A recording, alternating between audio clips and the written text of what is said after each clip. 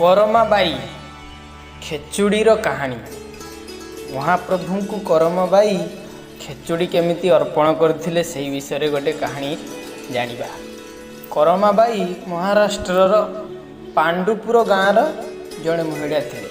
ପିଲାଟି ଦିନରୁ ତାଙ୍କର ବାଲ୍ୟ ବିବାହ ହୋଇଥିଲା। ଶ୍ୱଶୁର ଘରେ ତାଙ୍କୁ ବହୁତ ନିର୍ଯାତନା ଦିଆଯାଉଥିଲା। ଶ୍ୱଶୁର ଘରେ ଅତ୍ୟାଚାର ବହୁତ ପାଉଥିଲେ ଏବଂ ନିର୍ଯାତନା ପାଉଥିଲେ। ଏହା ସହ୍ୟ କରି ନ ପାରି ସେ ଶ୍ୱଶୁର ଘର ଛାଡ଼ି ପୁରୀ ଶ୍ରୀମନ୍ଦିରକୁ ଚାଲି ଆସିଥିଲେ। ସେଠାରେ ଗୋଟିଏ ମଠରେ ରହିଲେ। ଇନ୍ଦ୍ରସ୍ୱାମୀଙ୍କୁ ନିଜର ଗୁରୁ ରୂପେ ବରଣ କରି ପ୍ରଭୁ ଶ୍ରୀ ଜଗନ୍ନାଥଙ୍କ ସେବା ଓ ପୂଜାରେ ନିଜକୁ ସମର୍ପିତ କରିଦେଲେ।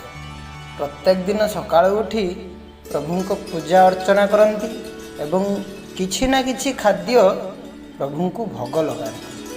ଦିନେ ଭାବିଲେ ଆଜି ଗୋଟେ କିଛି ଅଲଗା ପ୍ରକାର ରୋଷେଇ କରିବି, ପ୍ରଭୁଙ୍କୁ ଭୋଗ ଲଗାଇବି। ଯାହା ଯେଉଁଠୁ ଯୋଗାଡ଼ କରି ମାଟି ହାଣ୍ଡିରେ ଖେଚୁଡ଼ି ପ୍ରସ୍ତୁତ କଲେ ଏବଂ ଶ୍ରୀମନ୍ଦିରକୁ ନେଇଗଲେ ପ୍ରଭୁଙ୍କୁ ଅର୍ପଣ କରିବା ପାଇଁ।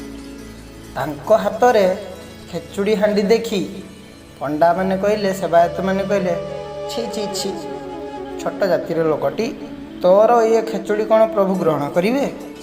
ତୋର ଜାତି ଗୋତ୍ର କିଛି ଠିକ୍ ଠିକଣା ନାହିଁ, ତୋର ଖେଚୁଡ଼ି କ'ଣ ପ୍ରଭୁ ଖାଇବେ? ଏବଂ ତା'ର କରମାବାଇ ହାତରୁ ଖେଚୁଡ଼ି ହାଣ୍ଡିଟି ନେଇ ତଳେ ଫିଙ୍ଗିଦେଲେ ଏବଂ କରମାବାଇଙ୍କୁ ନାନା ପ୍ରକାର ଅପମାନ ଦେଇ ତାଙ୍କୁ ବହୁତ ଅପମାନ କଲେ। ମନ ଦୁଃଖରେ କରମାବାଇ ଘରକୁ ଫେରିଲେ। ଏଣେ ଶ୍ରୀମନ୍ଦିରର ବଡ଼ ପଣ୍ଡା ମହୋଦୟ ମହାପ୍ରସାଦ ଭୋଗ ଲଗାଇବା ସମୟରେ ଯେତେବେଳେ ହାତରେ ପାଣି ନେଇ ମହାପ୍ରଭୁଙ୍କ ପ୍ରତିବିମ୍ବ ଦେଖନ୍ତି ତ ପାପୁଲିରେ ମହାପ୍ରଭୁଙ୍କ ପ୍ରତିବିମ୍ବ ଦେଖାଗଲା ନାହିଁ। ତେଣୁ ବଡ଼ ପଣ୍ଡା ଜାଣିନେଲେ କିଛି ଗୋଟେ ଅଘଟଣ ଘଟିଛି ନିଶ୍ଚିତ। ସେ ରାଜାଙ୍କୁ ଖବର ଦେଲେ। ରାଜା ଖବର ପାଇ ପ୍ରଭୁଙ୍କ ପାଖରେ ଆଧିଆ ପଡ଼ିଲେ। କରହସ୍ତ ଯୋଡ଼ି ପ୍ରଭୁଙ୍କୁ କ୍ଷମା ପ୍ରାର୍ଥନା କଲେ। ପ୍ରଭୁ ତାଙ୍କୁ ସ୍ୱପ୍ନାଦେଶ ଦେଇ କହିଲେ ଯେ ମୋର ମନ କରମାବାଇ ଖେଚୁଡ଼ି ପାଖରେ, ତୋର ପଣ୍ଡାମାନେ ତାକୁ ଅପମାନ ଦେଇ ଫେରାଇ ଦେଇଛନ୍ତି। ମୁଁ ତା'ର ଖେଚୁଡ଼ି ଖାଇବି। ମୋର ମନ ତା'ର ଖେଚୁଡ଼ିଟାରେ, ତା'ର ଖେଚୁଡ଼ିରେ ମୋର ମନ।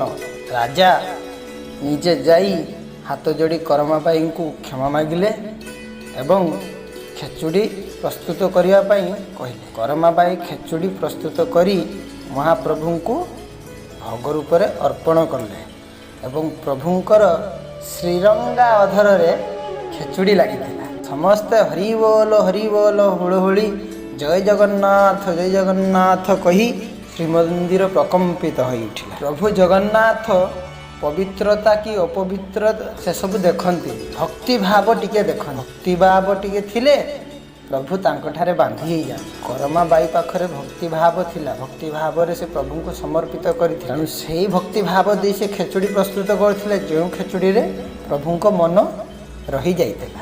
ଶ୍ରୀମନ୍ଦିରରେ ବ୍ୟବହୃତ ହେଉଥିବା ମାଟି ହାଣ୍ଡିକୁ ବାଇ ହାଣ୍ଡି ବୋଲି କୁହାଯାଏ। ମହାପ୍ରସାଦରେ ଆଉ ଏକ ନୂଆ କରମା ଖେଚୁଡ଼ି ବା ମହୋଦେଇ ପାକ ଯୋଡ଼ି ଦିଆଗଲା। ତାହା ଆଜି ପର୍ଯ୍ୟନ୍ତ ବିଧିବଦ୍ଧ ହୋଇ ଭୋଗ ଲାଗି ଆସୁଛି।